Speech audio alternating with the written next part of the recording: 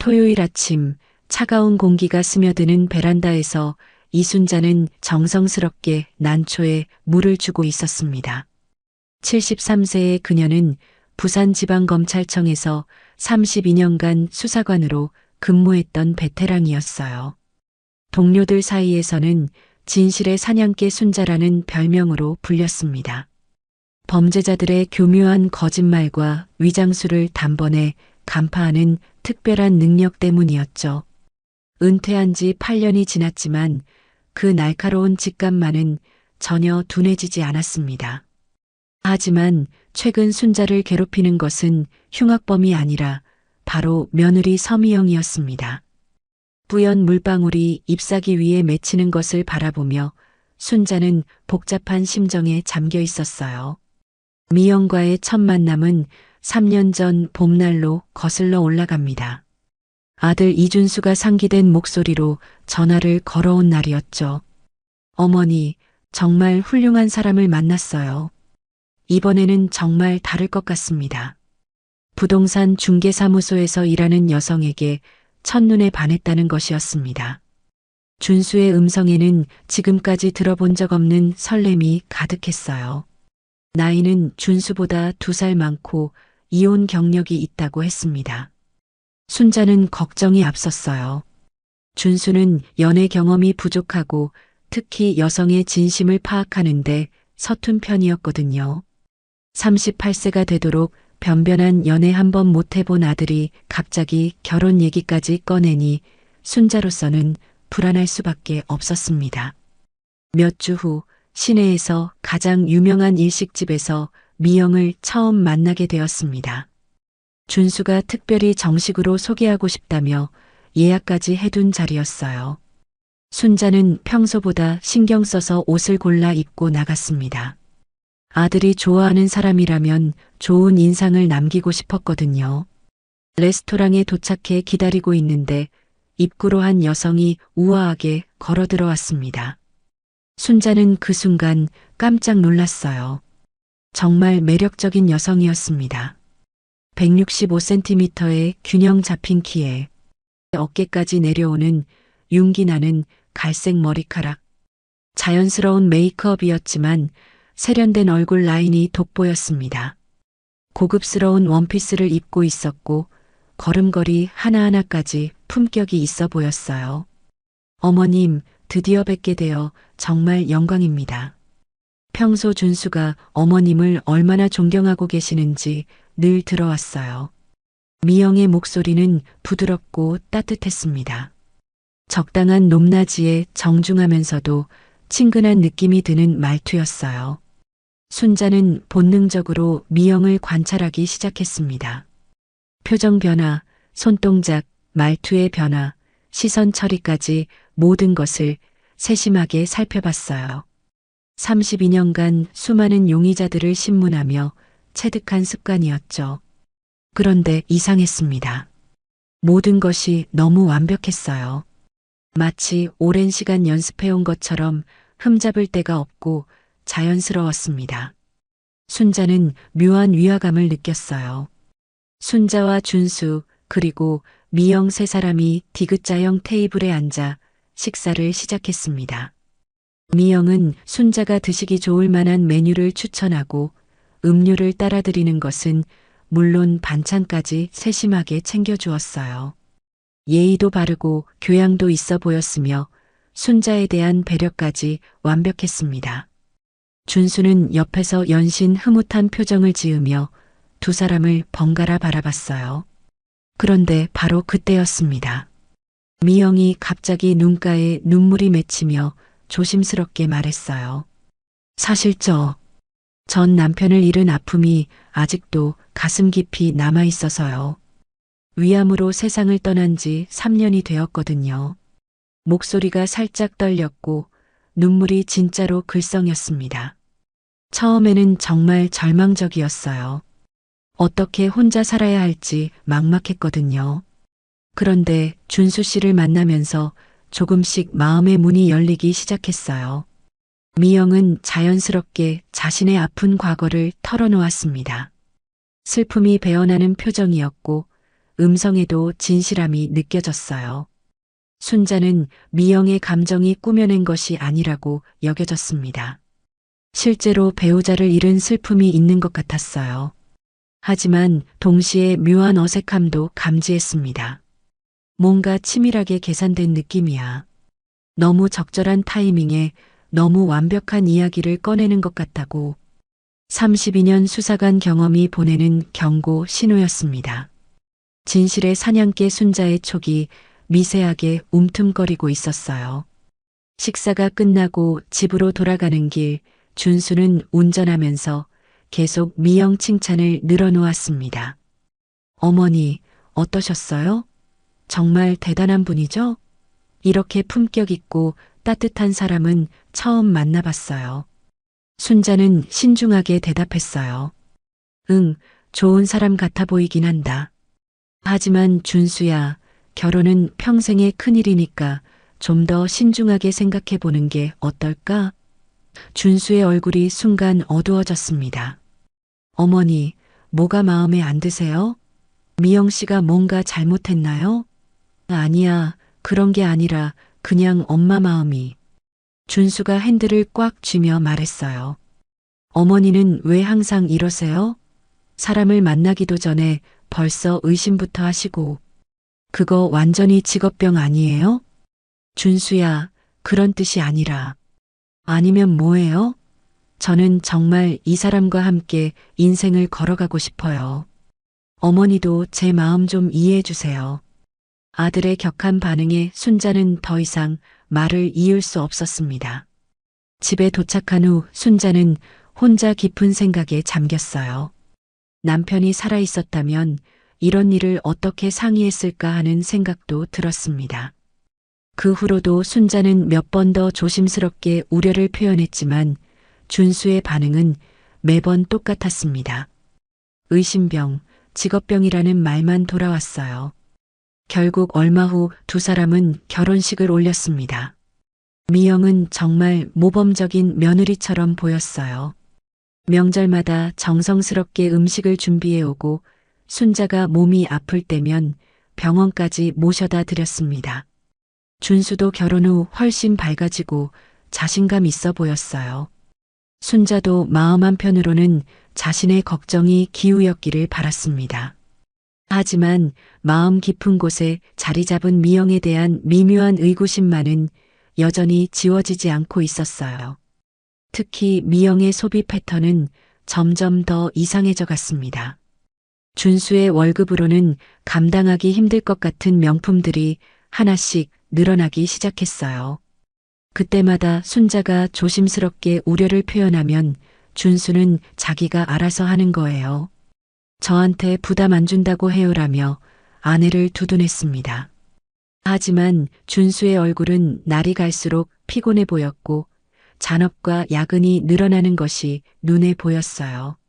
순자는 그 모든 것이 미영의 허영심을 충족시키기 위한 것이라는 사실을 직감적으로 알 수 있었습니다. 그런데 오늘 아침 일찍 미영에게서 전화가 왔어요. 목소리 톤이 묘하게 들뜬 기분이 느껴졌고 뭔가 흥분한 듯한 뉘앙스가 있었어요. 어머님, 날씨가 정말 좋네요. 어머님과 함께 시간을 보내면 어떨까요? 순자는 깜짝 놀랐습니다. 3년간 알고 지낸 미영이 이런 제안을 한 적은 단 한 번도 없었거든요. 갑자기 시간을 보내자고? 네.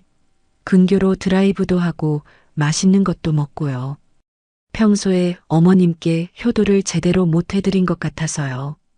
어떠세요? 목소리에 강요하는 듯한 분위기가 섞여 있었어요. 순자는 본능적으로 거부감이 들었지만 단호하게 거절하기도 애매했습니다. 며느리의 선의를 무작정 의심할 수도 없는 노릇이었죠. 글쎄, 굳이 나갈 필요는. 어머님, 제발이요. 저도 요즘 스트레스가 많아서 바람 좀 쐬고 싶어요. 같이 가주세요. 결국 순자는 마지못해 승낙하고 간단히 옷을 갈아입었습니다. 편안한 청바지에 니트 카디건, 그리고 걷기 편한 스니커즈를 신었어요. 30분 후 아파트 앞에서 클렉슨 소리가 들렸습니다. 창밖을 내려다보니 미영의 흰색 BMW SUV가 서 있었어요. 준수가 결혼 준비할 때 무리해서 사준 차였습니다. 당시 순자는 분수에 맞지 않는다고 만류했지만 준수가 미영이가 좋아해요라며 고집을 부렸던 기억이 났어요. 순자는 한숨을 쉬며 집을 나섰습니다. 현관문을 잠그면서도 왠지 불길한 예감이 스쳤어요. 오늘 하루가 평범하게 지나가지 않을 것 같은 느낌이었습니다. 차에 타자마자 진한 톰포드 향수 냄새가 코를 찔렀습니다. 미영은 브랜드 선글라스를 착용하고 있어서 표정을 읽기 어려웠어요. 어머님, 안전벨트 매세요. 오늘 정말 좋은 하루가 될 것 같아요. 평소보다 과하게 밝은 목소리였습니다. 순자는 뭔가 어색함을 느꼈지만 조수석에 조용히 앉았어요. 차는 아파트 단지를 빠져나가 시내 중심가를 통과해 교회로 향했습니다. 미영은 라디오 볼륨을 크게 키우고 운전대를 잡은 채 리듬에 맞춰 몸을 흔들었어요.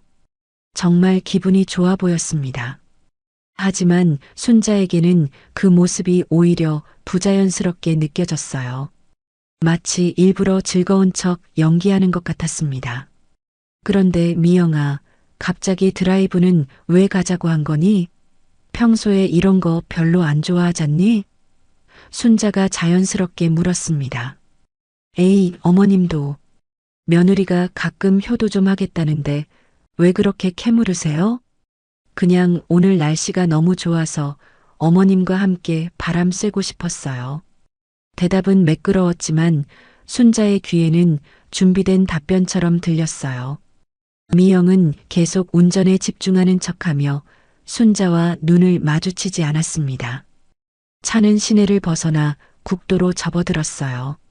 주변 풍경이 점점 한적해지고 인가도 드물어졌습니다.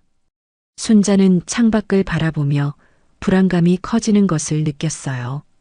30분 정도 달렸을까 미영이 갑자기 본색을 드러내기 시작했습니다. 그런데 어머님, 지난번에 말씀하신 그 다세대 주택 말이에요. 요즘도 임대 수입 잘 들어와요? 결국 이 이야기구나. 순자는 속으로 탄식했습니다. 그럭저럭이지. 부럽네요, 정말. 어머님은 노후 걱정이 전혀 없으시잖아요. 준수도 그런 점에서는 정말 복받은 거죠. 순자의 재산을 두고 하는 말이 불쾌했어요. 마치 준수가 순자의 돈 덕분에 편하게 산다는 식으로 들렸습니다. 순자는 결혼 후 아들에게 경제적으로 한 푼도 도움을 준 적이 없었어요.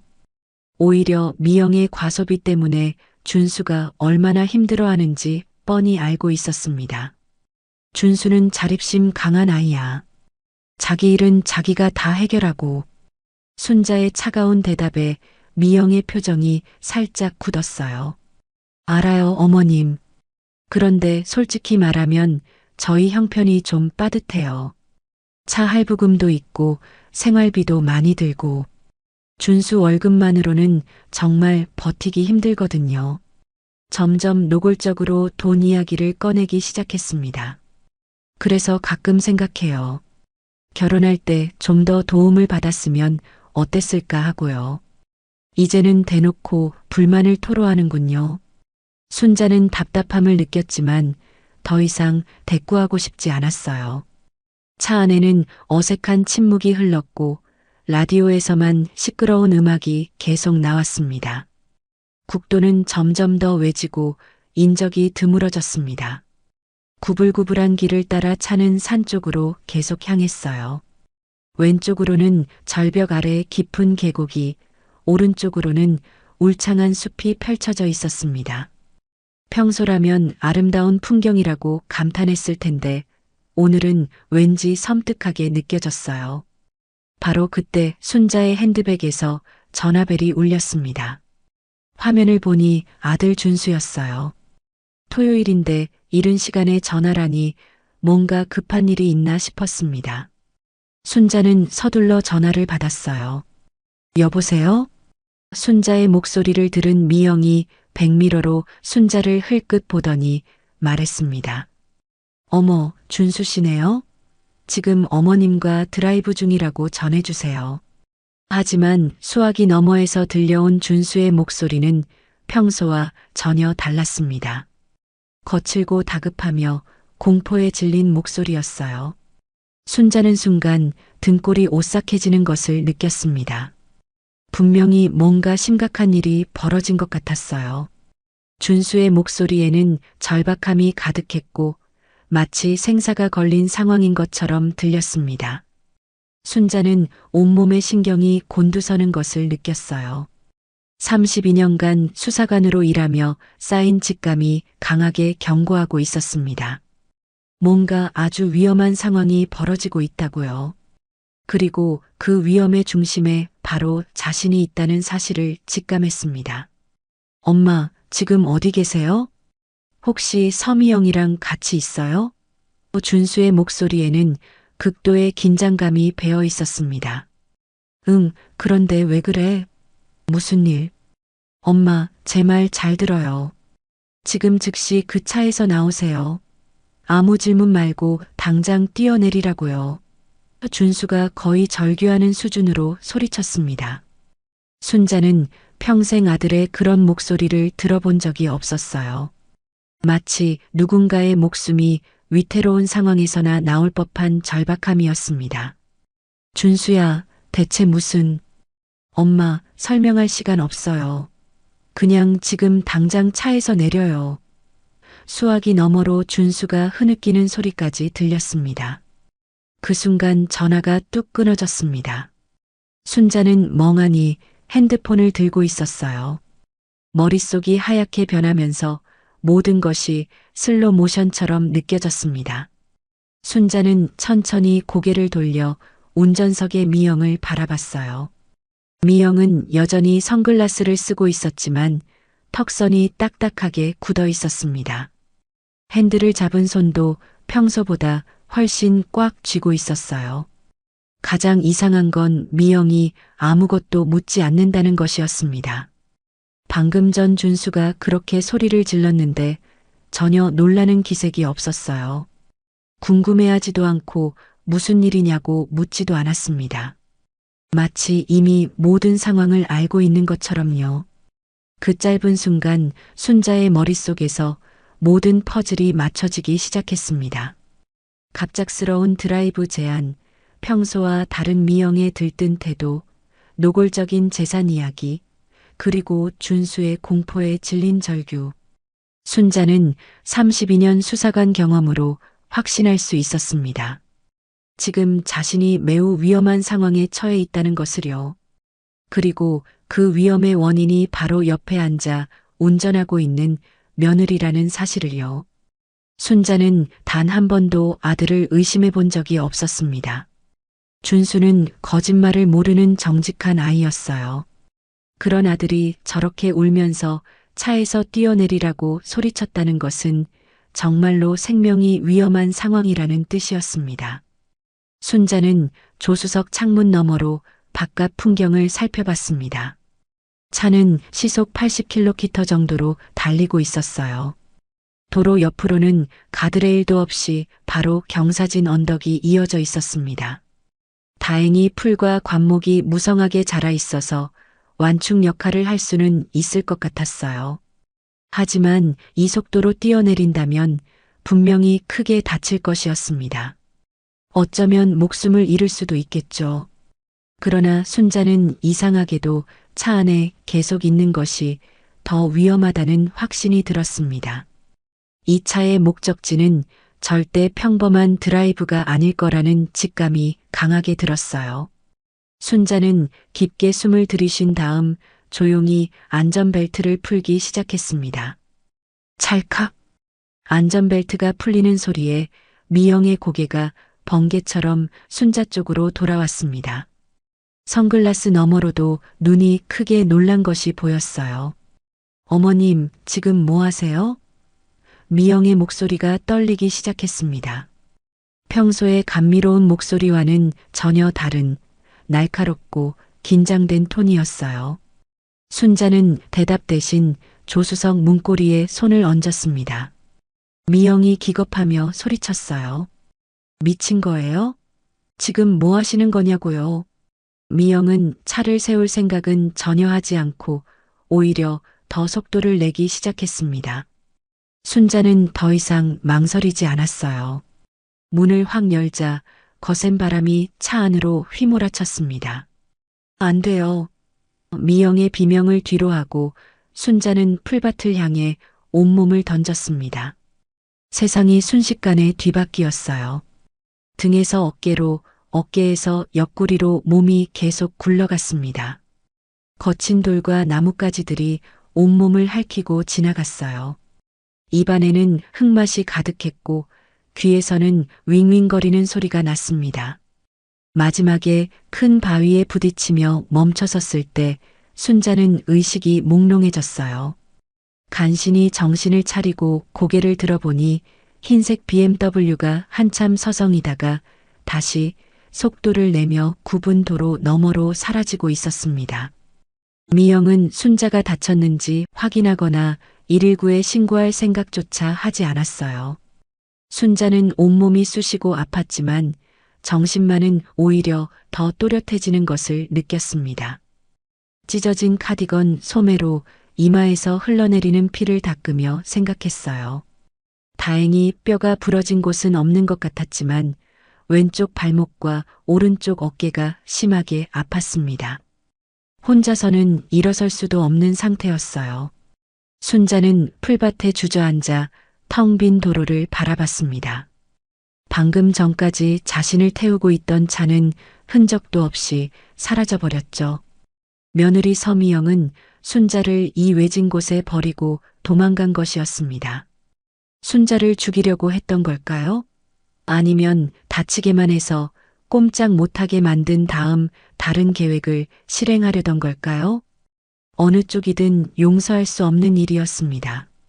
순자는 이를 악물며 사라져간 차의 방향을 응시했어요. 좋아, 어디 한번 해보자. 내가 먼저 시작한 게임이니까 내가 끝까지 상대해주마. 분노보다는 차가운 결의가 온몸을 감쌌습니다. 32년간 수사관으로 일하며 수많은 범죄자들과 맞선 경험이 되살아나고 있었어요.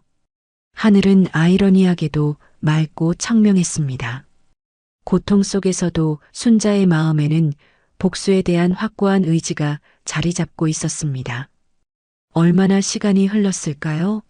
멀리서 느릿느릿 다가오는 경운기 소리가 들렸어요. 순자는 남은 힘을 모두 끌어모아 팔을 흔들었습니다. 경운기를 몰던 70대 남성이 순자를 발견하고는 깜짝 놀라 차를 세웠습니다. 아이고, 어르신 이게 무슨 일입니까? 어떻게 이렇게 다치셨어요? 혈투와 흙먼지로 뒤범벅이 된 순자의 모습을 보고 경악한 표정이었어요. 넘어져서 이렇게 됐어요. 죄송한데 전화 좀 빌려주실 수 있을까요? 제 핸드폰이 고장 났거든요. 순자는 최대한 침착하게 거짓말을 했습니다. 지금 상황을 자세히 설명할 시간도 없고 복잡하게 만들고 싶지도 않았어요. 무엇보다 빨리 병원에 가서 아들을 만나는 것이 우선이었습니다. 선량한 그분은 순자의 아들에게 연락을 해주었고 곧이어 119 구급차까지 불러주었어요. 구급차가 도착했을 때 순자는 이미 어느 정도 정신을 차린 상태였습니다. 응급구조사들이 순자를 들것에 옮기며 상처 부위를 확인했어요. 어르신, 의식은 괜찮으신가요? 어디가 가장 아프세요? 발목하고 어깨 쪽이 많이 아파요. 하지만 정신은 멀쩡합니다. 순자는 담담하게 대답했습니다. 구급차가 병원으로 향하는 동안 순자는 창밖을 바라보며 복잡한 생각에 잠겼어요. 결혼 전부터 미영의 소비 패턴이 이상하다고 느꼈던 것들이 하나씩 떠올랐습니다. 준수의 월급으로는 감당하기 힘든 명품들, 매월 늘어나는 카드 사용 내역, 그리고 항상 돈이 부족하다는 하소연들. 그때마다 순자가 우려를 표했지만 준수는 제가 해결할 문제예요라며 아내를 두둔했었죠. 35분 후 구급차는 부산대학교병원 응급실에 도착했습니다. 의료진들이 순자를 검사실로 옮기는 동안 복도에서 누군가 순자의 이름을 부르는 소리가 들렸어요. 엄마, 엄마, 준수였습니다. 아들은 병원 복도를 뛰어와 순자의 손을 꽉 잡았어요. 얼굴이 새하얗게 질려 있고 눈이 빨갛게 충혈되어 있었습니다. 엄마, 정말 괜찮으세요? 큰 부상은 없으시죠? 평소 감정 표현을 잘하지 않는 아들이 이렇게 동요하는 모습은 처음 보는 것이었어요. 순자는 아들의 떨리는 손을 잡으며 말했습니다. 괜찮다, 아들아. 뼈는 안 부러진 것 같아. 그런데 너는 도대체 어떻게 된 일이야? 그 전화는 뭐였어? 준수의 얼굴이 분노와 절망이 뒤섞인 표정으로 일그러졌습니다. 엄마, 정말 끔찍한 일이 벌어질 뻔했어요. 오늘 오전에 회사로 이상한 전화가 걸려왔거든요. 아들은 주먹을 꽉 쥐며 떨리는 목소리로 설명하기 시작했어요. 처음엔 누군지 모르는 남자가 서미영 씨 남편 맞냐고 물어봤어요. 그래서 맞다고 했더니 갑자기 협박을 시작하더라고요. 협박? 네. 서미영이 대부업체에서 돈을 빌렸는데 오늘까지 갚지 않으면 큰일 날 거라고 했어요. 금액이 얼마냐고 물었더니 준수가 잠시 말을 멈추고 깊게 숨을 들이쉬었습니다. 무려 12억이라고 하더라고요.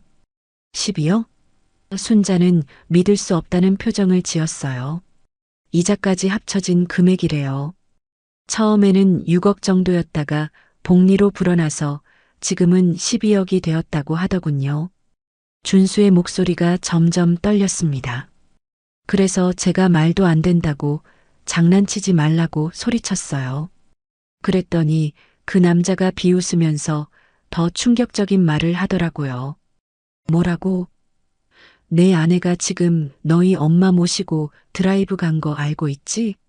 오늘 그 다세대 주택 담보로 돈 받아낼 거니까 순순히 넘어가라. 만약 거부하면 바다에서 무슨 일이 일어날지 모른다고 했어요. 순자는 온몸에 소름이 돋는 것을 느꼈습니다. 그 말을 듣는 순간 정말 눈앞이 캄캄해졌어요.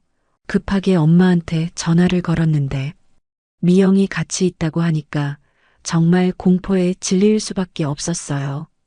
아들의 목소리가 흐느끼는 소리로 변했습니다.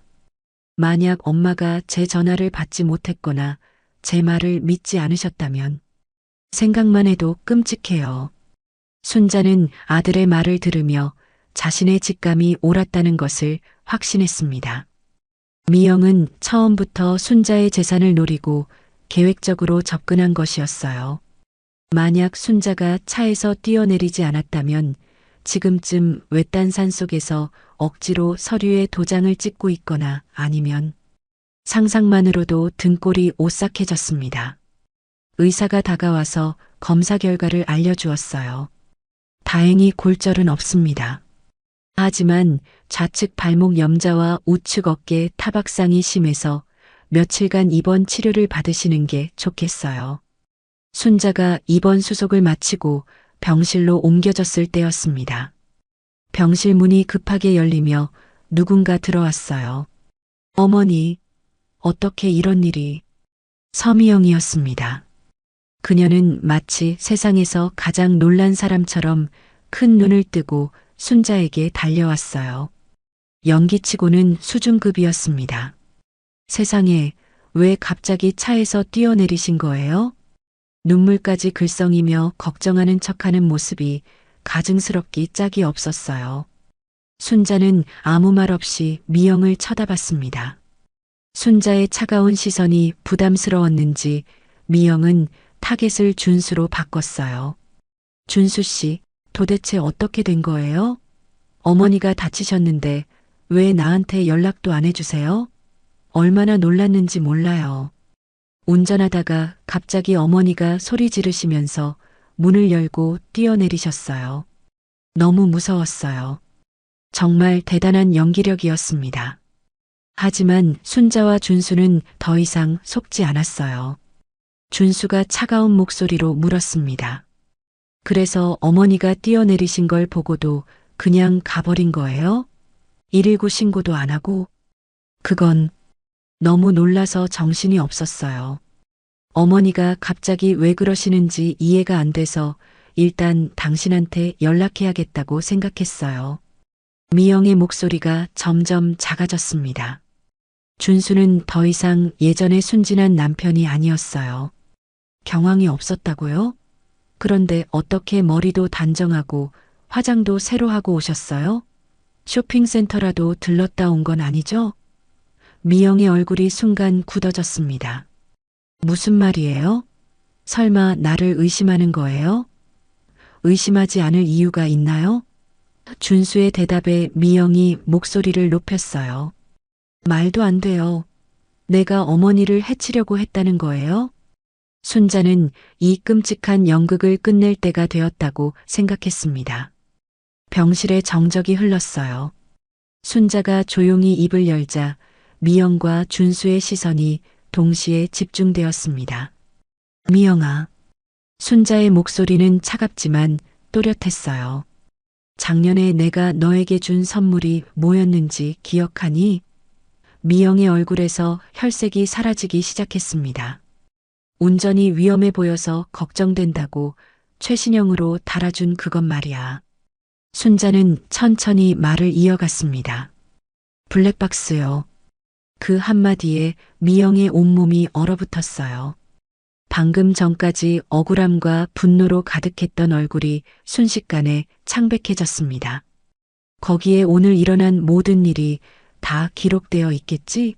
내가 누구와 통화했는지, 무슨 말을 했는지, 그리고 내가 뛰어내린 후에 어떻게 행동했는지. 순자의 말이 계속될수록 미영은 더욱 작아졌어요. 전부 다 찍혀 있을 거야. 완벽한 침묵이 병실을 감쌌습니다. 미영은 한마디 변명도 하지 못했어요. 그저 떨리는 입술로 순자와 준수를 번갈아 바라볼 뿐이었습니다.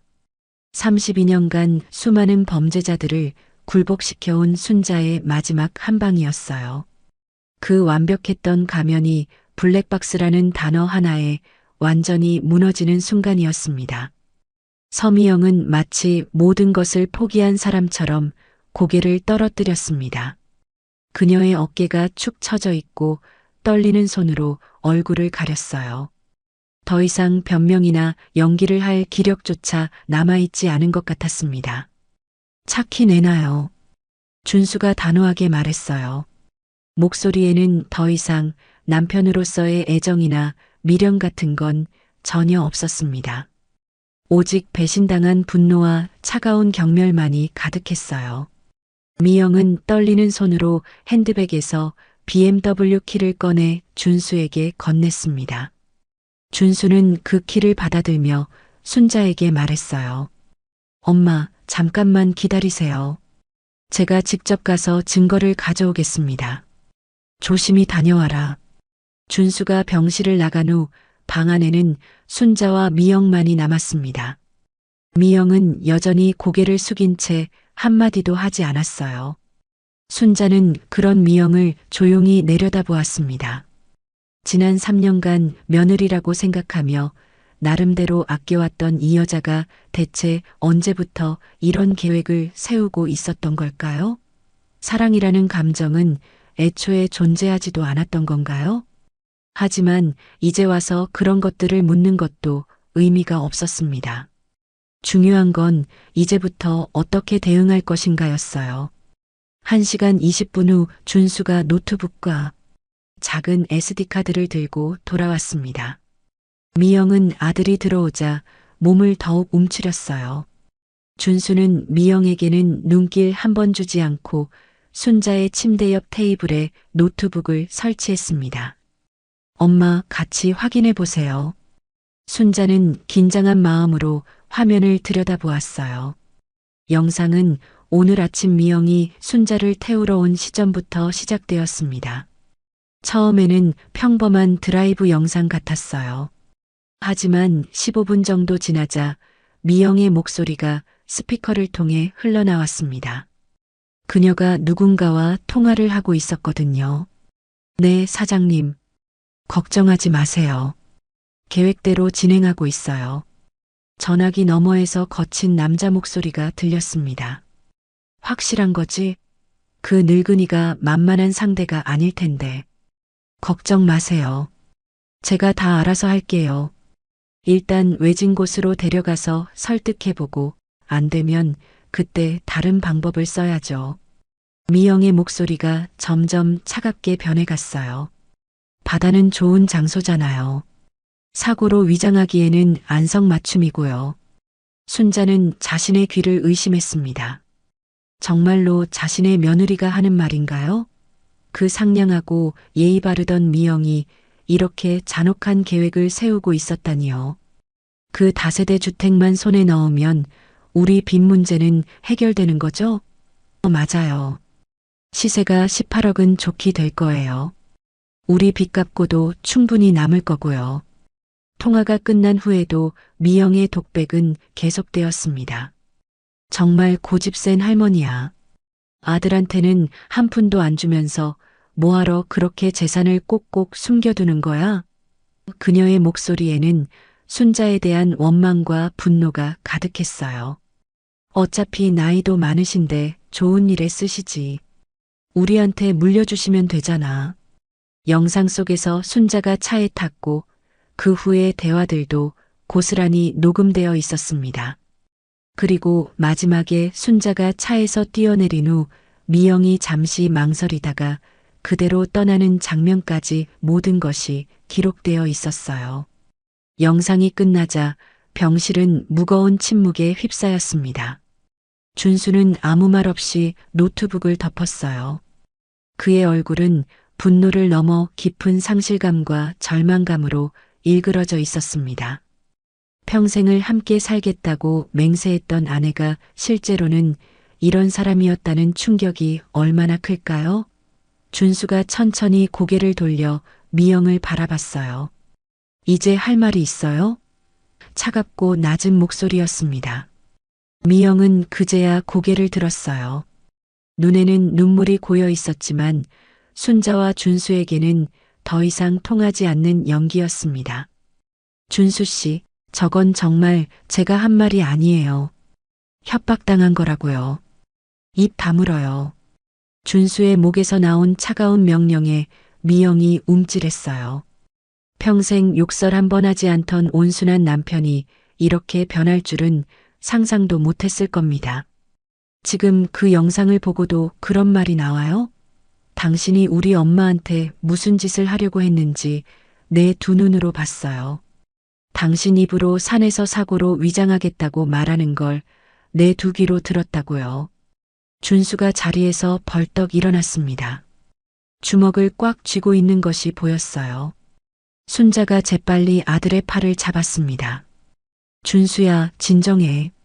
저런 인간 때문에 내 인생을 망칠 필요는 없어. 순자의 제지로 간신히 이성을 되찾은 준수는 거친 숨을 몰아쉬며 다시 자리에 앉았어요. 모든 것을 들킨 미영은 이제 최후의 발악을 시작했습니다.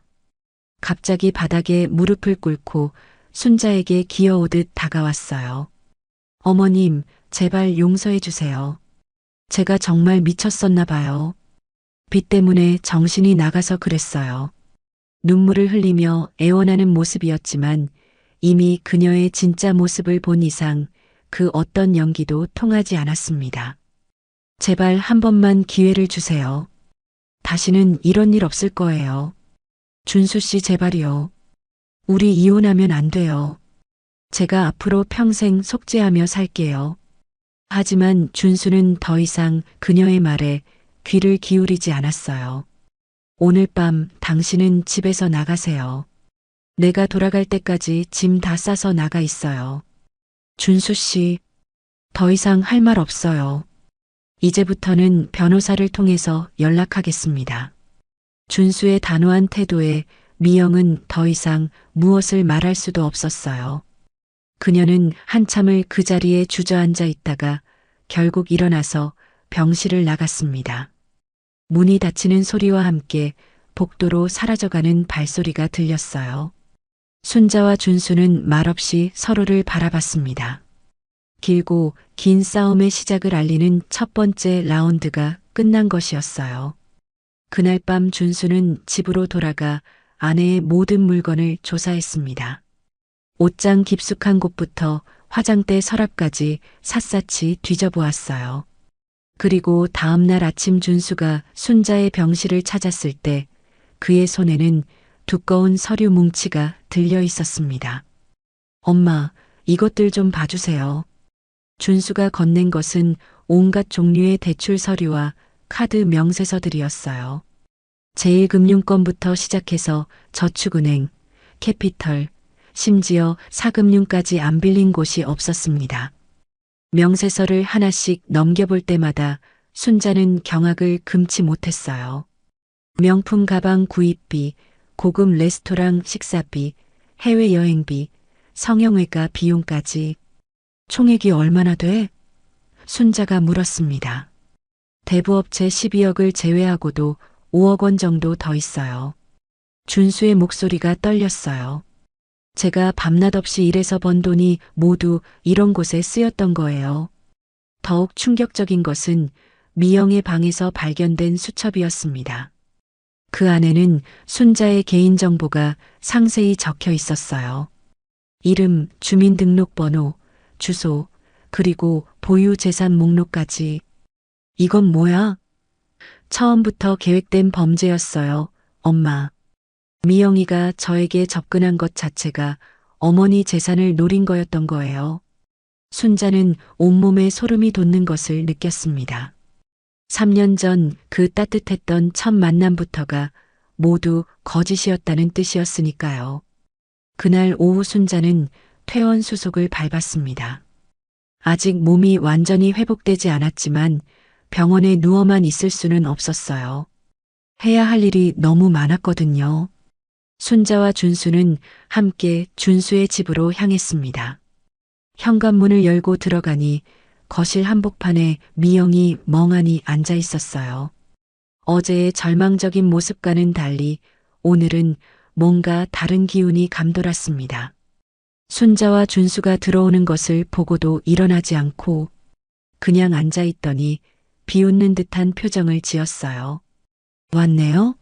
목소리도 어제와는 완전히 달랐습니다. 더 이상 애원하거나 사과하는 톤이 아니었어요. 짐은 쌌어? 준수가 차갑게 물었습니다. 짐? 왜 제가 나가야 해요? 미영이 당당하게 되물었어요. 여기는 제 집이기도 하거든요. 법적으로 말이에요. 순자는 미영의 변한 태도에 놀랐습니다. 어제까지만 해도 용서를 빌던 사람이 하루 만에 이렇게 뻔뻔해질 수 있다니요. 그리고 어머님도 너무 심하시네요. 며느리가 잠깐 실수했다고 이렇게까지 하실 거예요? 실수? 준수가 황당하다는 듯이 웃었어요. 살인 시도를 실수라고 해요? 살인 시도라니 그냥 협박용이었어요. 정말로 해칠 생각은 없었다고요. 미영은 태연하게 말했습니다. 그리고 솔직히 말하면 이 모든 게 준수 때문이에요. 벌이가 시원찮으니까 제가 이렇게 된 거 아니에요? 이제는 아예 책임을 전가하기 시작했어요. 매달 받아오는 월급으로 어떻게 살라고 해요? 제 친구들은 다 좋은 거 쓰고 좋은 데서 놀고 하는데 저만 초라하게 살라고요? 미영의 목소리가 점점 높아졌습니다. 그리고 어머님은 돈도 그렇게 많으시면서 며느리 좀 도와주시지 그랬어요. 그 다세대 주택 하나만 팔아도 우리 빚 다 갚고도 남을 텐데 왜 그렇게 인색하게 구세요? 순자는 말없이 핸드폰의 녹음 버튼을 눌렀습니다. 미영이 쏟아내는 모든 원망과 독설이 고스란히 기록되고 있었어요. 그녀는 이미 이성을 잃고 자기도 모르게 자신의 무덤을 더 깊게 파고 있었습니다. 어차피 어머님도 나이 많으시잖아요. 언젠가는 준수한테 물려줄 거 아니에요? 그럼 미리 좀 나눠주시면 어디가 덧나요? 이런 뻔뻔한 말을 들으며 순자는 오히려 차분해졌어요. 분노보다는 이 여자를 완전히 끝장내야겠다는 냉정한 판단이 섰습니다. 이제 그만하자. 순자가 조용히 말했습니다. 더 듣고 있으면 귀가 썩을 것 같구나. 미영이 순자를 쏘아봤어요. 뭐요? 진실을 말하는 게 그렇게 기분 나빠요? 준수야, 우리 나가자. 여기서 더 이상 할 말은 없는 것 같다. 순자가 일어서며 말했습니다. 이제부터는 법정에서 이야기하면 되니까. 법정이라는 단어에 미영의 얼굴이 순간 굳어지는 것을 순자는 놓치지 않았어요. 아무리 뻔뻔해도 법적 처벌에 대한 두려움은 어쩔 수 없었던 것 같았습니다. 순자와 준수는 미영이 남긴 모든 빚 증거와 블랙박스 메모리 카드를 챙겨 집을 나왔습니다. 엄마, 이제 어떻게 하죠? 당연히 변호사부터 만나야지. 이런 일은 하루라도 빨리 시작해야 해. 순자의 목소리에는 강한 의지가 서려 있었어요. 두 사람은 곧바로 부산에서 가장 유명한 법무법인을 찾아갔습니다. 토요일이었지만 응급 상담을 받을 수 있는 곳이었어요. 상담을 담당한 변호사는 50대 후반의 베테랑이었습니다. 순자들은 차에서 뛰어내린 사건부터 시작해서 블랙박스 영상, 미영의 빚 내역, 그리고 오늘 집에서 녹음한 내용까지 모든 것을 체계적으로 설명했습니다. 변호사는 자료들을 꼼꼼히 검토한 후 감탄하는 표정을 지었어요.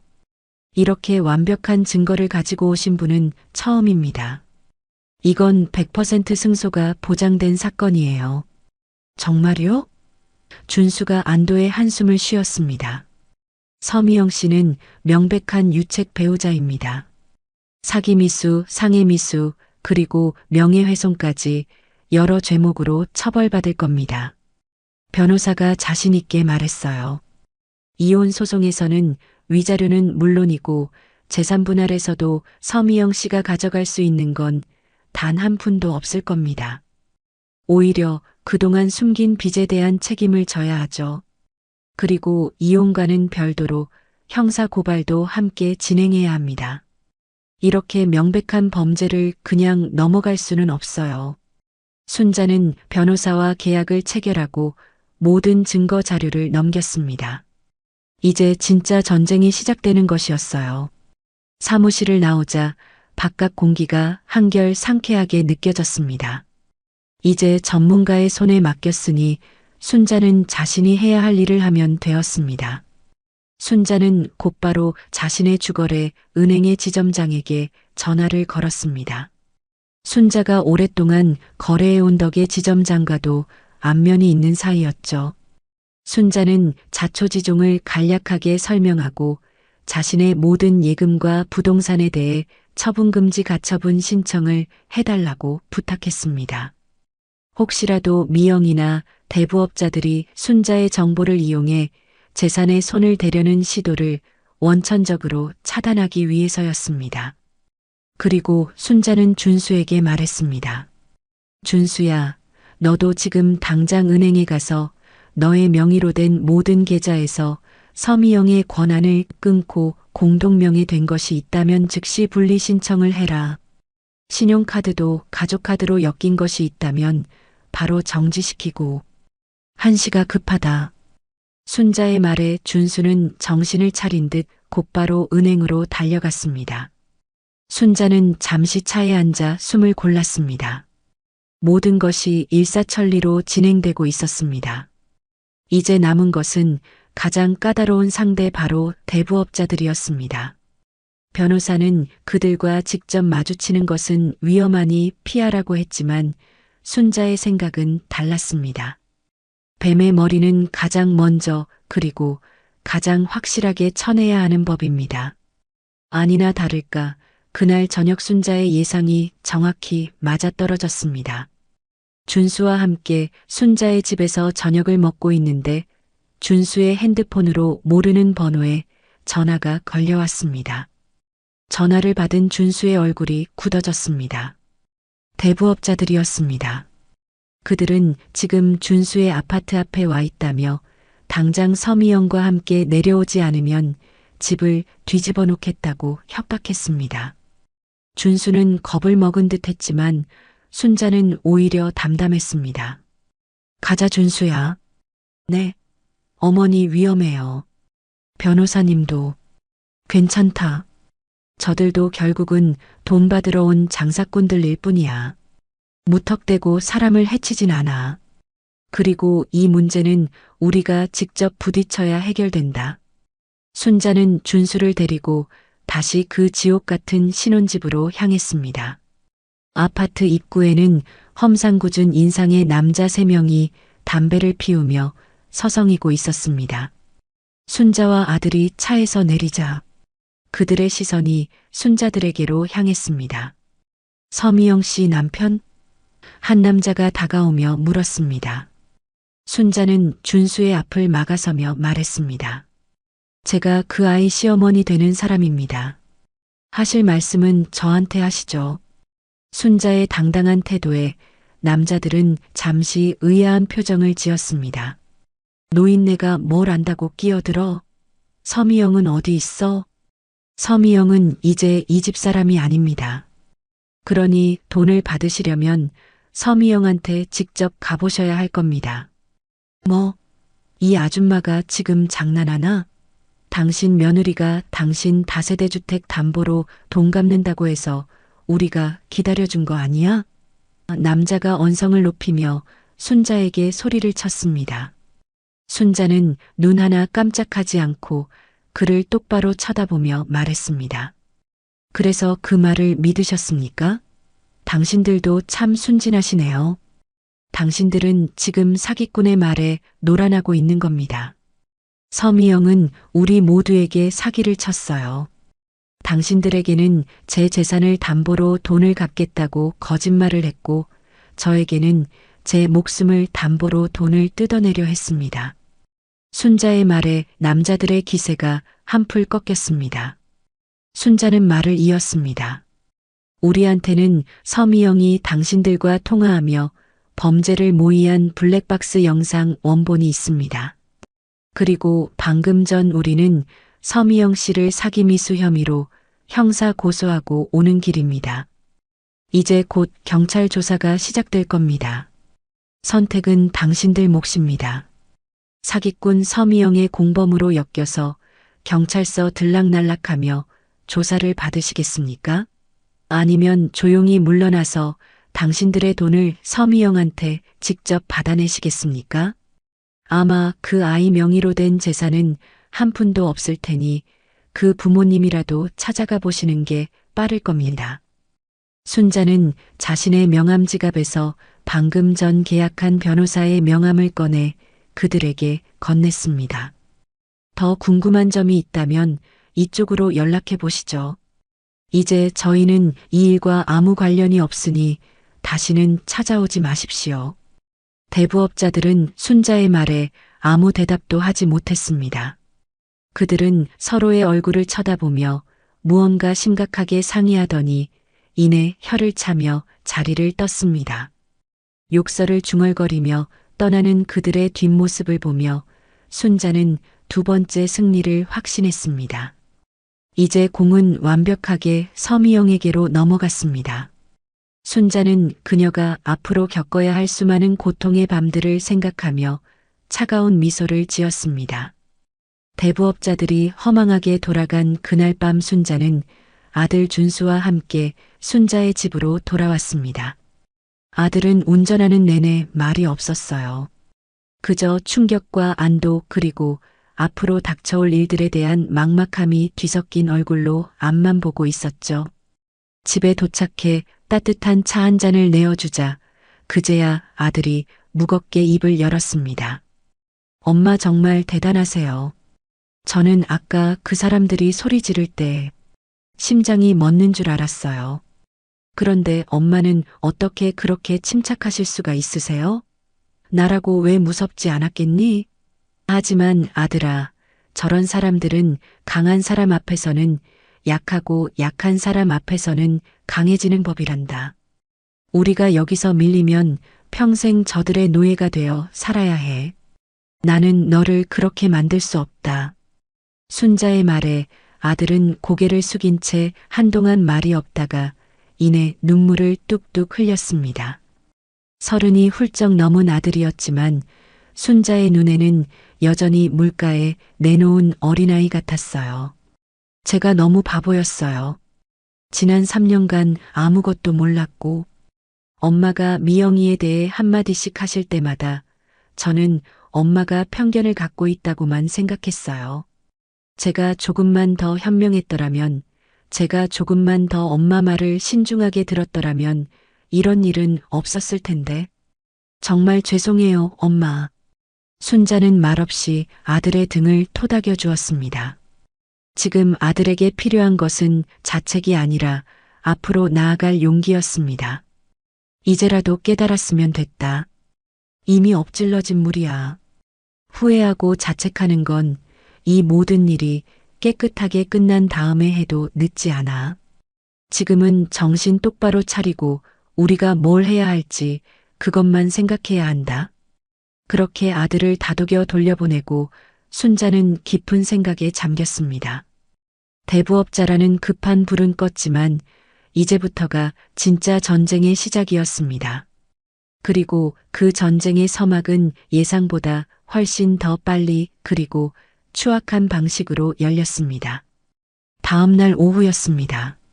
집에서 조용히 쉬고 있는데 모르는 번호로 전화가 걸려왔습니다. 받을까 말까 망설이다가 받았는데 수화기 너머에서는 아주 교양 있는 척하는 여자의 목소리가 들려왔습니다. 여보세요? 거기 이순자 여사님 댁 맞으신가요? 저는 미영이 엄마 되는 사람입니다. 사부인이었습니다. 서미영의 어머니. 순자는 잠시 숨을 골랐습니다. 올 것이 왔구나 싶었죠. 네, 맞습니다만. 무슨 일이시죠? 어머, 사부인 목소리가 많이 안 좋으시네요.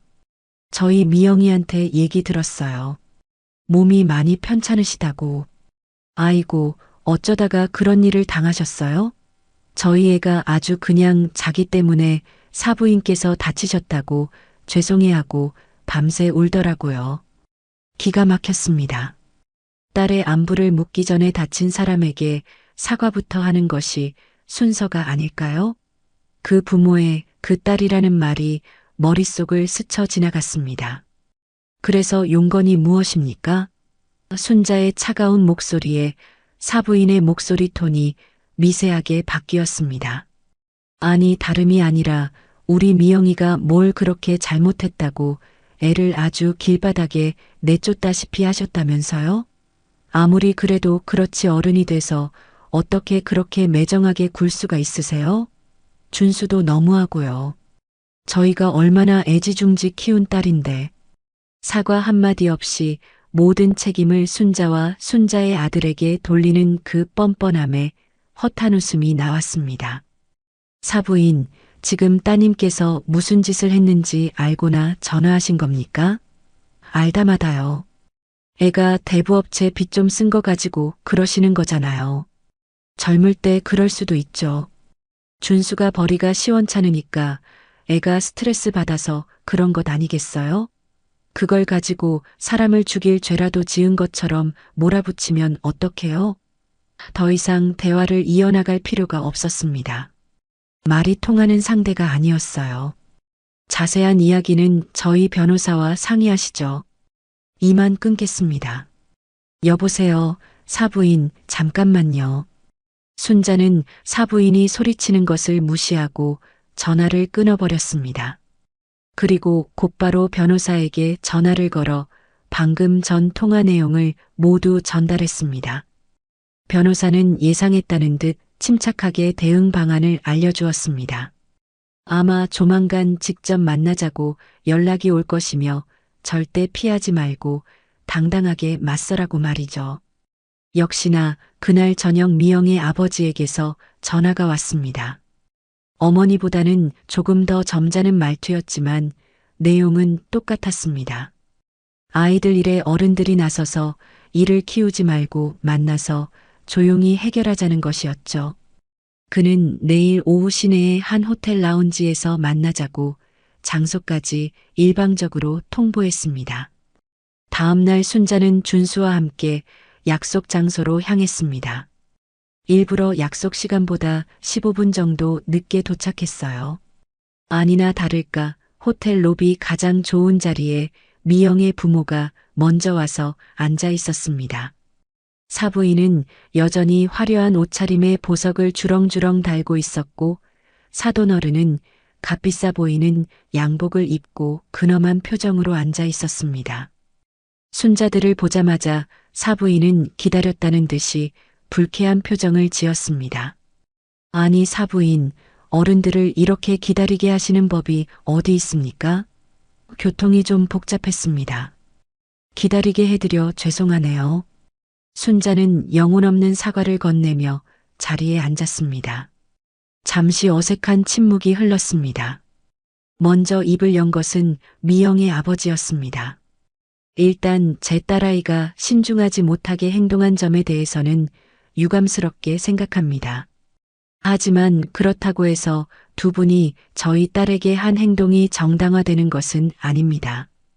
유감, 사과가 아닌 유감이었습니다. 순자는 아무 말 없이 그를 쳐다보았습니다. 듣자 하니 대부업자들까지 찾아가서 제 딸을 궁지로 몰아넣으셨다면서요? 그리고 변호사까지 고용해서 이혼 소송에 형사 고소까지 하셨다고요? 이건 너무하지 않습니까? 애 인생을 아주 끝장내려고 작정을 하신 것 아닙니까? 준수가 옆에서 울컥하는 것이 느껴졌습니다. 아들이 입을 열려는 순간 순자가 아들의 허벅지를 살짝 꼬집으며 제지했습니다. 지금은 순자들이 말을 할 때가 아니었습니다. 저들의 밑바닥을 확인할 때였죠. 사부인이 대화를 이어받았습니다. 맞아요. 아무리 그래도 그렇지 사람을 그렇게 벼랑 끝으로 몰면 쓰나요? 미영이가 뭘 그리 잘못했어요? 남편한테 예쁘게 보이고 싶어서 돈 좀 쓴 게 그렇게 죽을 죄예요? 그리고 시어머니 재산 좀 탐낸 게 뭐가 대수라고요? 남이면 몰라도 가족이잖아요. 좀 보태줄 수도 있는 거 아니에요? 그녀의 입에서 나온 가족이라는 단어가 너무나 역겨워서 구역질이 날 것 같았습니다. 그래서 원하시는 게 뭡니까? 순자가 본론을 꺼내자 미영의 아버지가 헛기침을 한번 하고는 말했습니다. 이혼 좋습니다. 어차피 이렇게까지 된 마당에 같이 살아봤자 서로 불행할 뿐이겠죠. 대신 조용히 끝냅시다. 서로 상처 주는 일 없이. 그러니 지금 진행하고 있는 모든 소송은 취하해 주십시오. 그리고요. 그리고 우리 미영이가 그동안 준수랑 살면서 마음고생이 심했습니다. 결혼 생활의 파탄 책임은 준수에게도 명백히 있어요. 그러니 위자료조로 지금 살고 있는 아파트는 우리 미영이 명의로 넘겨주시고 추가로 미영이 빚을 갚을 수 있을 정도의 현금을 주시면 저희도 더 이상 문제 삼지 않고 깨끗하게 물러나겠습니다. 순자는 자신의 귀를 의심했습니다. 적반하장도 유분수지 어떻게 저런 말을 저렇게 뻔뻔하게 할 수 있을까요? 그들은 진심으로 자신들의 딸이 피해자라고 믿고 있는 듯 했습니다. 준수는 더 이상 참지 못하고 자리에서 벌떡 일어났습니다. 지금 제정신이십니까? 당신들 딸이 우리 엄마한테 무슨 짓을 하려고 했는지 알고나 하는 소리예요? 당신들 딸은 사기꾼의 사람 목숨 가지고 장난친 범죄자라고요. 말 조심하게. 젊은이 증거도 없이 함부로 말하는 거 아니야. 사돈어른이 버럭 소리를 질렀습니다. 라운지 안에 있던 모든 사람들이 테이블을 쳐다보았습니다. 바로 그때였습니다. 순자는 조용히 자신의 핸드폰을 꺼내 테이블 위에 올려놓았습니다. 그리고는 가장 선명하게 녹음된 블랙박스 음성 파일을 찾아 재생 버튼을 눌렀습니다.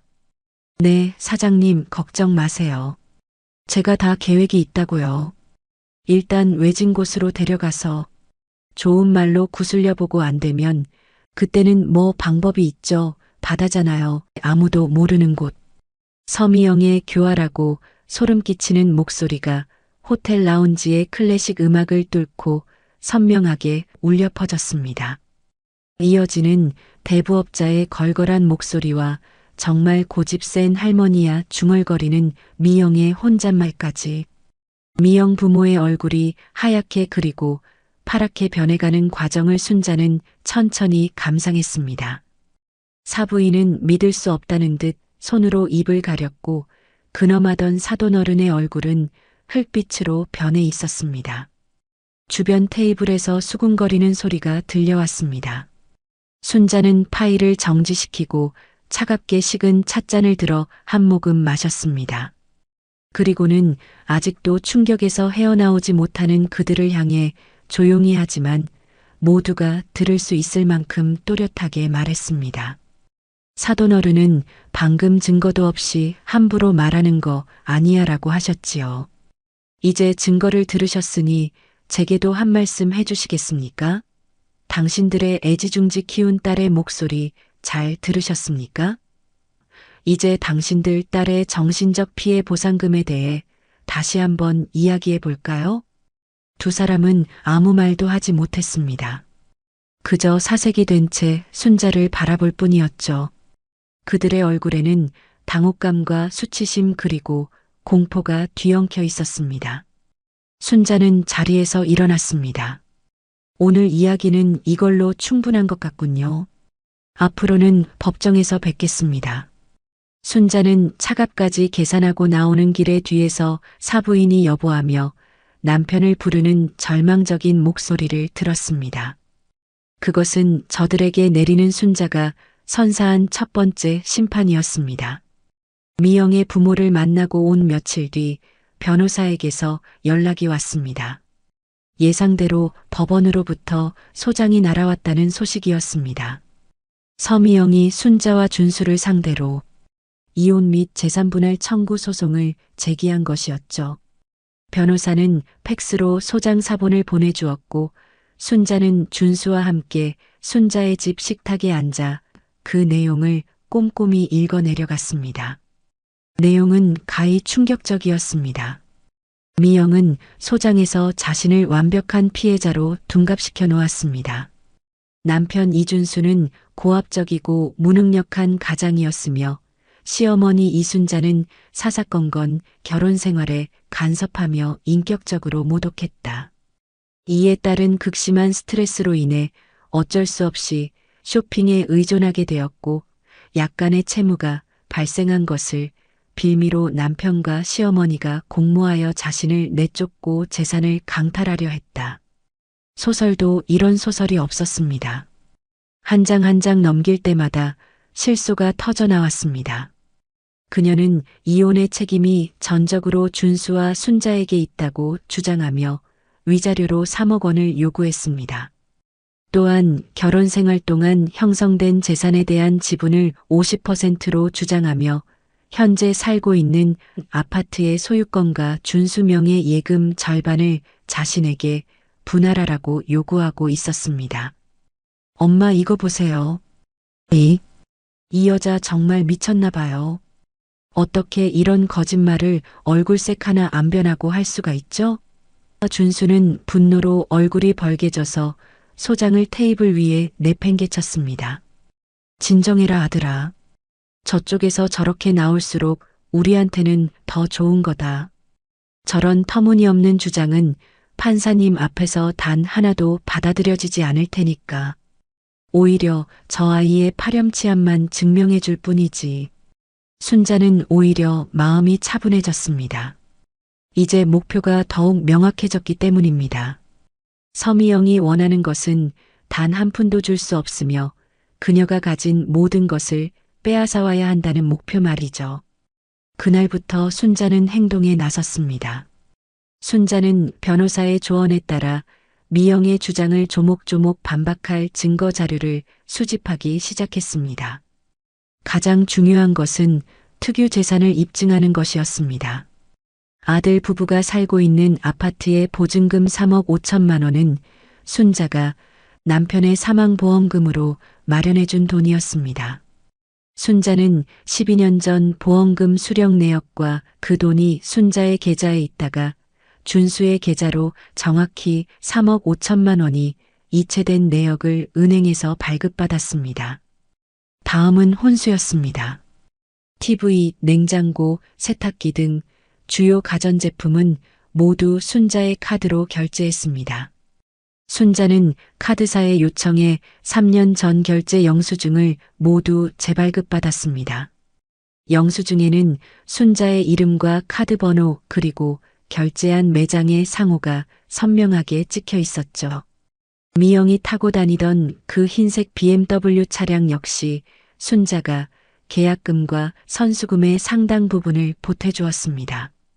그 이체 내역서도 빠짐없이 챙겼습니다. 자료를 정리하는 일은 생각보다 고되고 지루했습니다.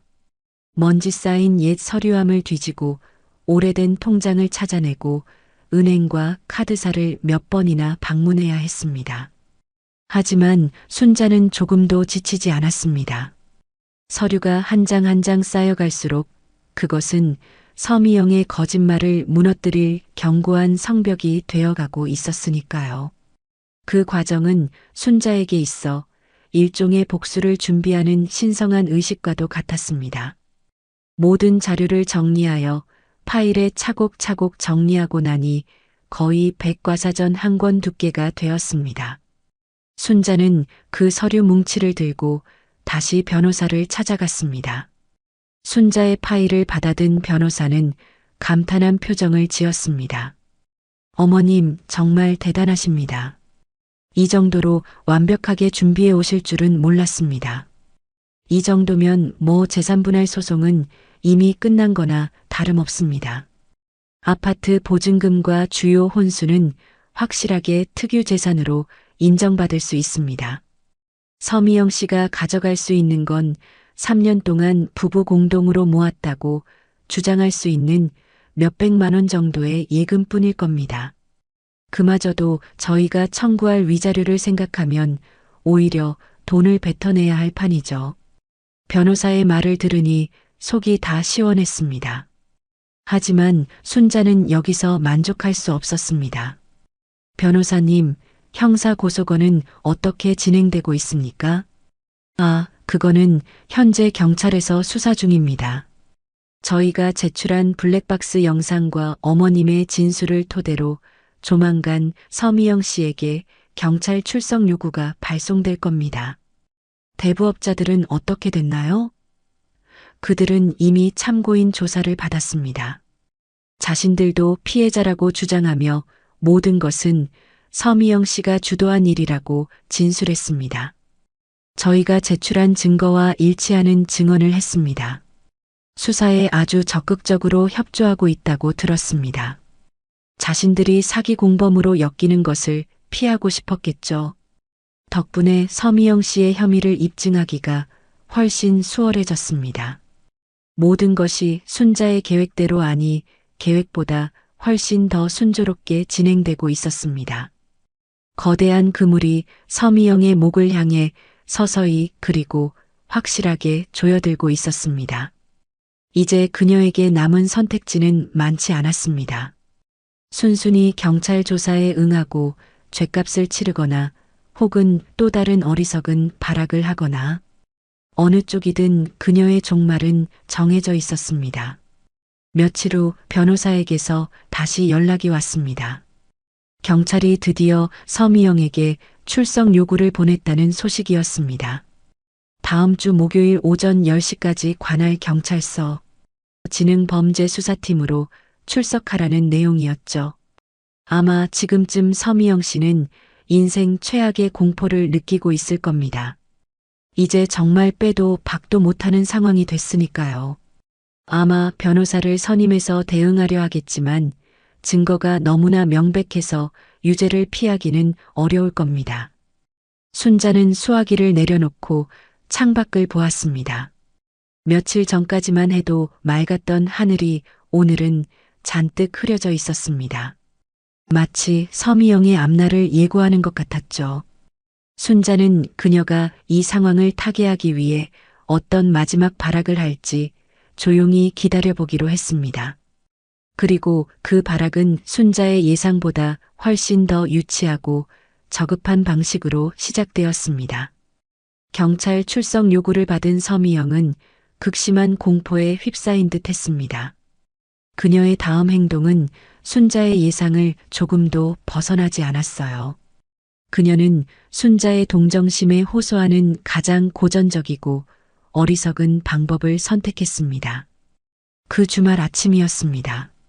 순자는 거실에서 조용히 신문을 보고 있는데 현관 초인종이 울렸습니다. 이 시간에 찾아올 사람이 없었기에 누구일까 의아해하며 인터폰 화면을 보았습니다. 화면 속에는 낯선 여자가 고개를 푹 숙인 채 서 있었습니다. 그런데 자세히 보니 그 모습이 서미영이었습니다. 그녀는 평소의 화려한 모습과는 완전히 다른 차림새였습니다. 화장기 없는 푸석한 얼굴에 아무렇게나 질끈 묶은 머리 그리고 무릎이 나온 낡은 트레이닝복 차림. 누가 봐도 저는 지금 이렇게나 비참합니다를 온몸으로 연기하고 있었죠. 순자는 잠시 망설이다가 현관문을 열어주었습니다. 그녀가 무슨 꿍꿍이인지 순자의 눈으로 직접 확인하고 싶었기 때문입니다. 문이 열리자마자 미영은 와락 순자의 앞에 무릎을 꿇었습니다. 어머님, 제가 잘못했어요. 제가 정말 죽을 죄를 지었어요. 그녀는 순자의 바지가랑이를 붙잡고 통곡하기 시작했습니다. 눈물 콧물을 쏟아내는 모습이 정말 처절해 보였지만 순자의 마음은 조금도 움직이지 않았습니다. 저 눈물이 거짓이라는 것을 너무나 잘 알고 있었으니까요. 일어나서 말해라. 남들이 보면 어쩌려고 이러니? 아니에요, 어머님. 어머님께서 저를 용서해 주실 때까지 저 여기서 한 발짝도 안 움직일 거예요. 제가 정말 미쳤었나 봐요. 빚 때문에 눈이 뒤집혀서 어머님께 그런 끔찍한 짓을. 제발 저 한 번만 살려주세요. 나에게 용서를 구할 게 아니라 법에게 용서를 구해야지. 이미 늦었다. 순자의 차가운 대답에 미영은 더욱더 절박하게 매달렸습니다. 어머님, 제발이요. 이혼은 괜찮아요. 위자료도 재산 분할도 다 포기할게요. 제가 가진 거 다 드릴게요. 그러니까 제발 형사 고소만은 취하해 주세요. 저 전과자 되면 인생 끝나요. 앞으로 시키시는 건 뭐든지 다 할게요. 어머님 발이라도 할그라면 할글게요, 제발. 역시나 그녀의 목적은 형사 고소 취하였습니다. 이혼 소송에서 질 것이 뻔하고 사방이 막히자 마지막 지푸라기라도 잡는 심정으로 순자에게 온 것이겠죠. 하지만 그녀는 사람을 잘못 골랐습니다. 순자는 미영에 매달린 손을 뿌리치고 차갑게 내려다보며 말했습니다.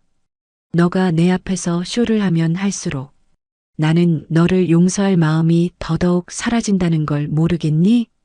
너가 용서를 구해야 할 대상은 내가 아니다. 너의 허영심과 이기심 그리고 너의 어리석음에게 용서를 구해라. 그리고 내가 저지른 짓에 대한 대가는 법의 심판을 통해 치르게 될 거다. 그러니 당장 내 집에서 나가. 순자는 그녀를 현관 밖으로 밀어내고 문을 닫아버렸습니다. 문 밖에서 한참 동안 미영의 울음소리와 문을 두드리는 소리가 들려왔지만 순자는 미동도 하지 않았습니다. 잠시 후 그녀의 목소리가 들렸습니다. 방금 전까지의 애원과는 180도 다른 증오와 악의에 찬 목소리였습니다. 그래, 잘 먹고 잘 살아라. 내가 이대로 순순히 죽을 것 같아? 너도 내 아들도 내가 지옥 끝까지 끌고 갈 거야. 두고 봐. 그 말을 끝으로 그녀는 사라졌습니다. 순자는 굳게 닫힌 현관문을 보며 쓴웃음을 지었습니다. 지옥 끝까지 끌고 간다고? 과연 누가 누구를 끌고 가게 될지는 시간이 말해주겠죠. 그리고 며칠 뒤 미영의 저급한 복수가 시작되었습니다. 순자의 아들 준수에게서 다급한 목소리로 전화가 걸려왔습니다. 엄마, 지금 빨리 인터넷 한번 보세요. 난리가 났어요. 준수가 보내준 인터넷 주소로 접속해 보니 그곳은 회원수가 수십만 명에 달하는 대형 온라인 커뮤니티였습니다. 그리고 그곳의 인기 게시판에 순자의 눈을 의심하게 하는 제목의 글이 올라와 있었습니다. 눈물로 호소합니다. 악마 같은 시어머니에게 억울하게 이혼하고 전과자가 될 위기에 처했습니다. 순자는 떨리는 손으로 글을 클릭했습니다. 글쓴이의 아이디는 불쌍한 미영이었습니다. 내용은 상상 이상으로 악질적이었습니다.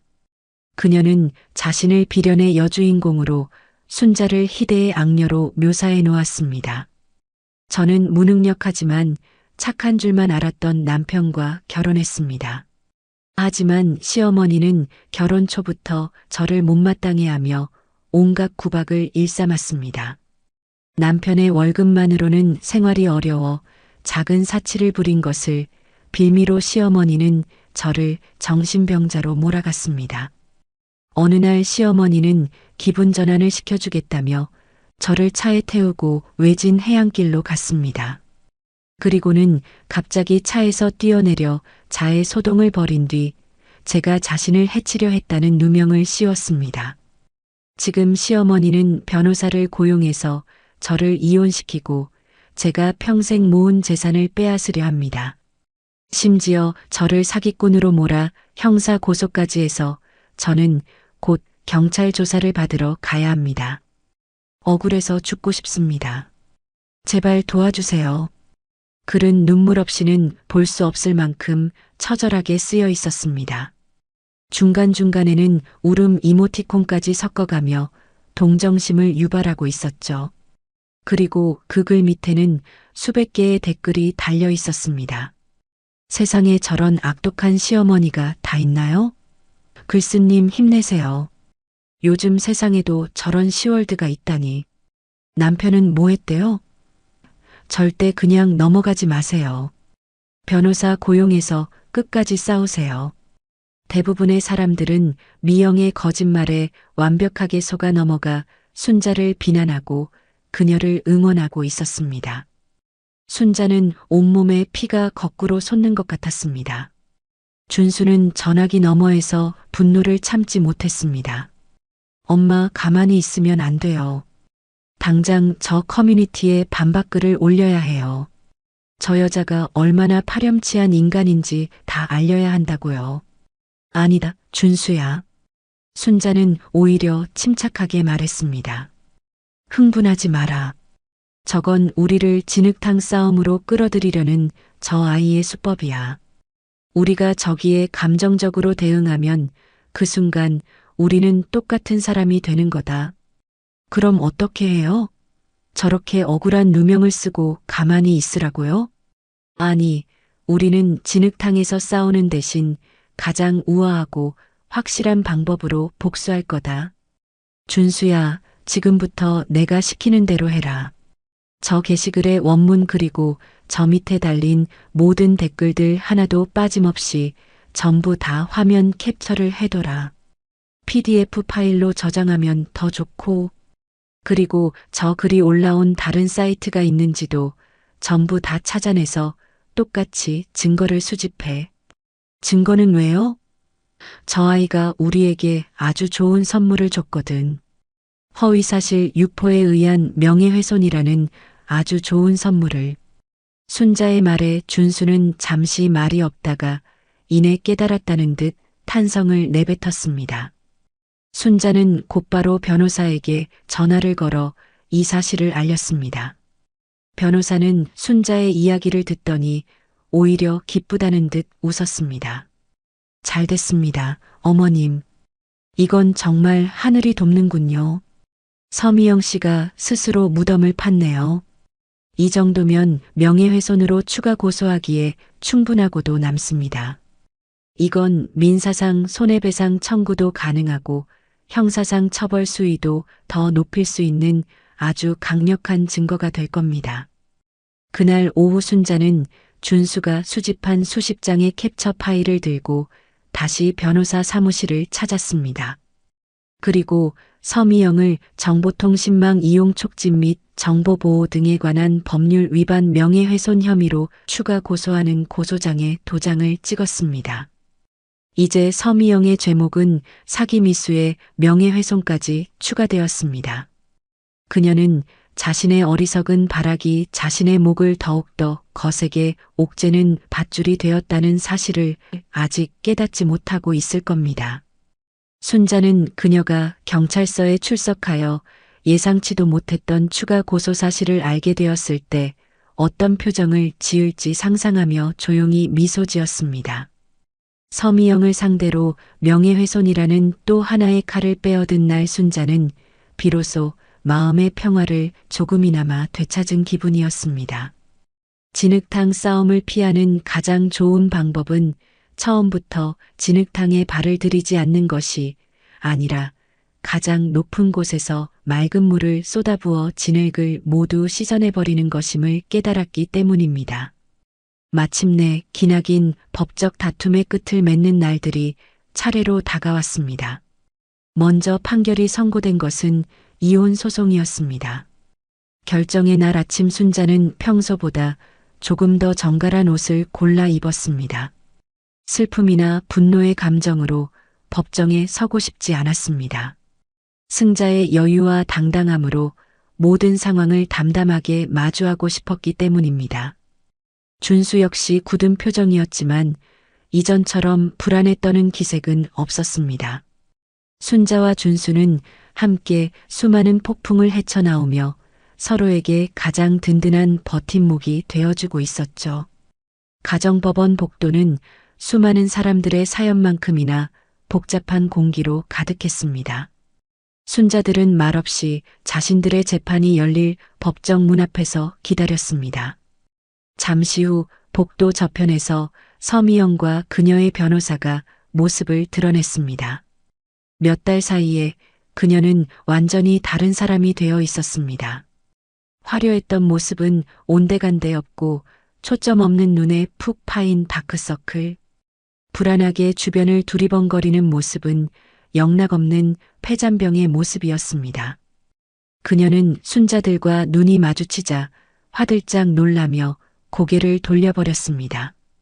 재판이 시작되고 순자들은 원고석과 피고석에 마주보고 앉았습니다.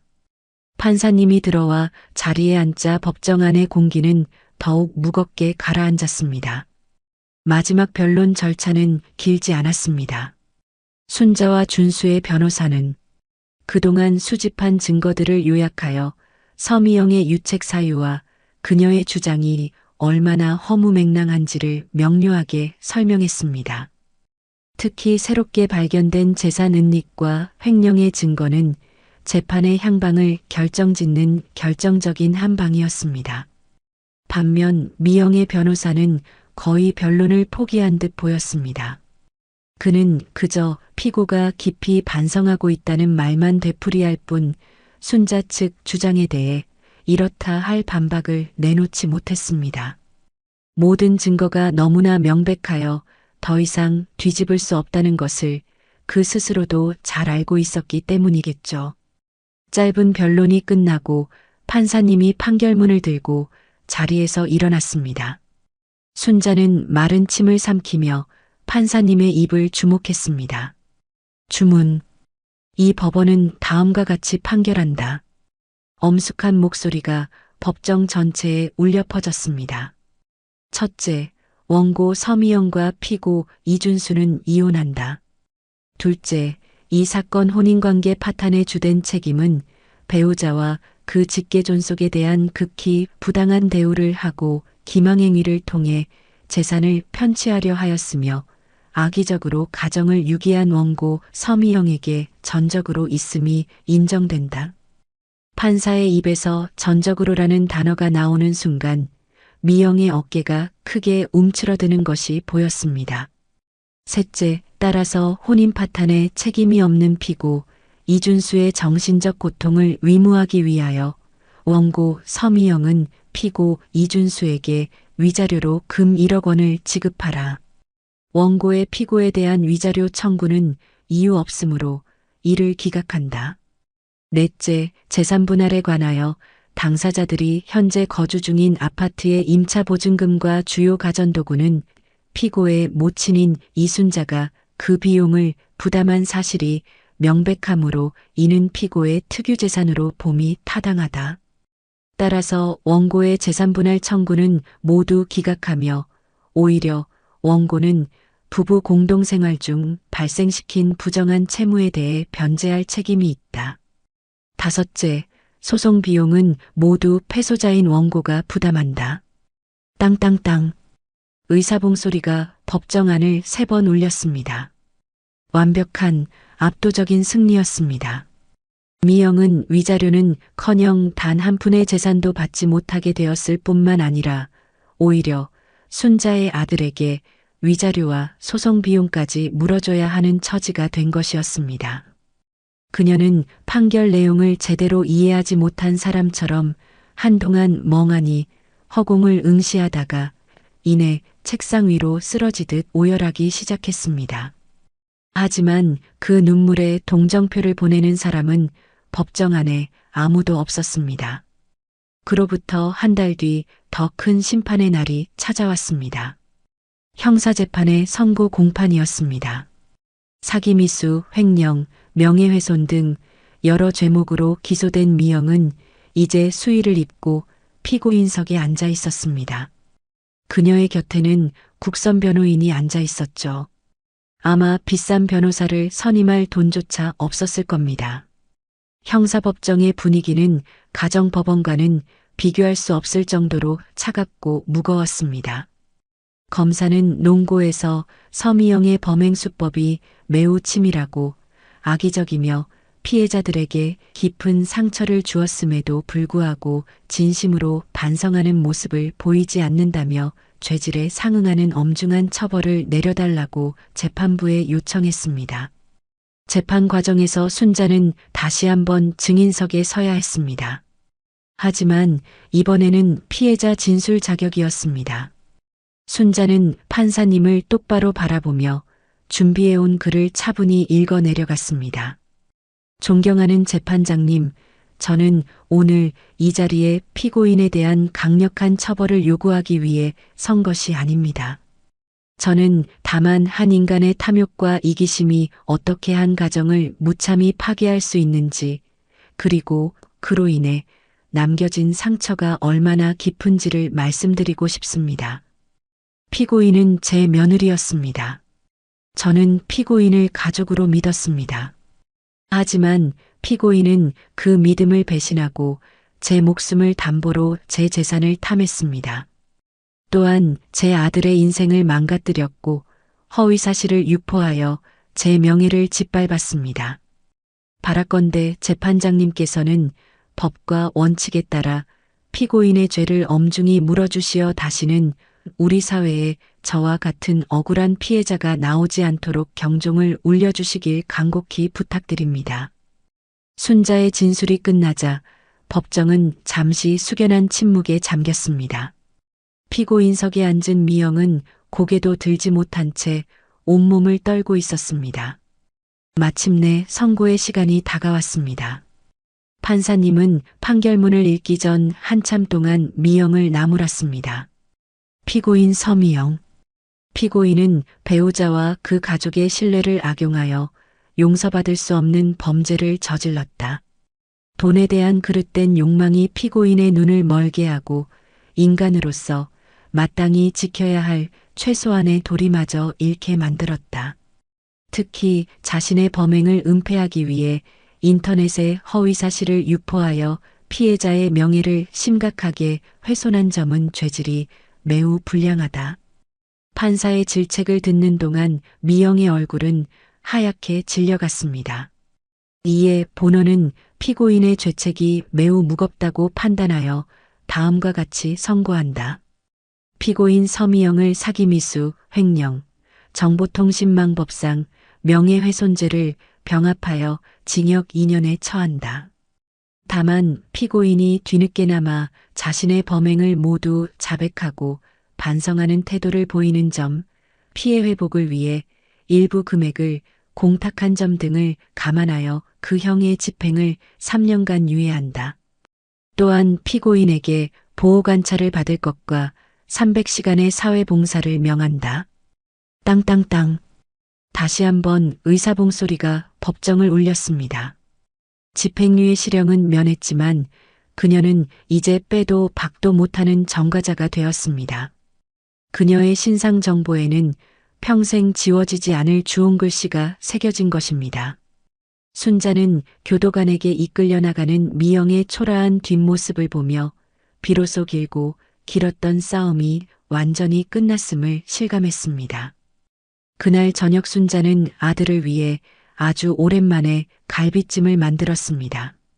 순자들은 아무 말 없이 그저 묵묵히 밥을 먹었습니다. 승리의 기쁨보다는 모든 것을 제자리로 돌려놓았다는 안도감이 더 컸습니다. 밥을 다 먹고 난 뒤 준수가 불쑥 말했습니다. 엄마 정말 고생 많으셨어요. 그리고 감사합니다. 엄마는 제게 엄마이자 스승이자 제 인생의 영웅이세요. 아들의 진심 어린 말에 순자의 눈시울이 뜨거워졌습니다. 순자는 애써 웃으며 말했습니다. 영웅은 무슨 그냥 내 아들 지키려는 억척스러운 엄마였을 뿐이지. 이제 다 지났고 우리 아들 인생 새로 멋지게 시작하는 거다. 알았지? 네, 엄마. 꼭 그렇게 할게요. 순자와 준수는 서로를 보며 환하게 웃었습니다. 지독한 태풍이 지나간 뒤 순자와 준수의 땅은 더욱 단단하게 굳어져 있었습니다. 모든 법적인 절차가 먼지처럼 가라앉고 서미영이라는 이름 석자가 순자와 준수의 삶에서 완벽하게 소거된 후 비로소 진정한 평화가 찾아왔어요. 시간은 상처를 치유했고 순자와 준수는 그 시간 속에서 서서히 그리고 단단하게 일상을 회복해 나갔습니다. 그렇게 몇 번의 계절이 바뀌었습니다. 준수는 놀라울 정도로 긍정적이고 강한 사람으로 변해 있었습니다. 그는 다니던 회사를 그만두고 평소에 관심이 있었던 목공 기술을 배우기 시작했습니다. 거친 나무를 다듬고 자신만의 가구를 만들어내는 과정에서 그는 과거의 상처를 치유하고 새로운 삶의 기쁨을 찾아나가는 듯 보였어요. 주말이면 땀에 젖은 채 자신이 만든 작은 의자나 책꽂이를 들고 순자의 집을 찾아와서는 아이처럼 자랑하곤 했습니다. 그 모습을 보는 것이 요즘 순자의 삶의 가장 큰 낙이었습니다. 그 후로 순자의 삶은 온전히 순자 자신을 위한 시간들로 채워지고 있습니다. 이제 순자는 더 이상 누군가의 희생을 통해 존재하는 사람이 아닙니다. 일주일에 2번은 문화센터에서 수채화를 그리고 주말에는 오랜 친구들과 함께 기차를 타고 낯선 곳으로 여행을 떠납니다. 순자의 베란다 작은 정원에는 새로운 품종의 난초들이 저마다의 아름다움을 뽐내며 자라고 있어요. 순자는 오늘 새로 피어난 호접난 한 송이를 조심스럽게 화병에 꽂습니다. 맑은 물속에서 우아하게 피어난 꽃을 보고 있으니 순자의 마음도 덩달아 맑아지는 기분입니다. 인생이라는 긴 산행에서 잠시 험준한 바위길을 만났을 뿐 순자의 여정은 아직 끝나지 않았어요. 이제 순자의 앞에는 난초의 향기처럼 은은하고 수채화처럼 아름다운 길만이 펼쳐질 것이라 순자는 굳게 믿고 있습니다. 그리고 순자는 그 길을 누구보다 당당하고 행복하게 걸어갈 겁니다. 여러분, 오늘 이야기 어떠셨나요? 이야기가 마음에 닿았다면 구독과 좋아요 부탁드릴게요. 여러분의 따뜻한 댓글 하나가 모두에게 큰 힘이 됩니다. 감사합니다.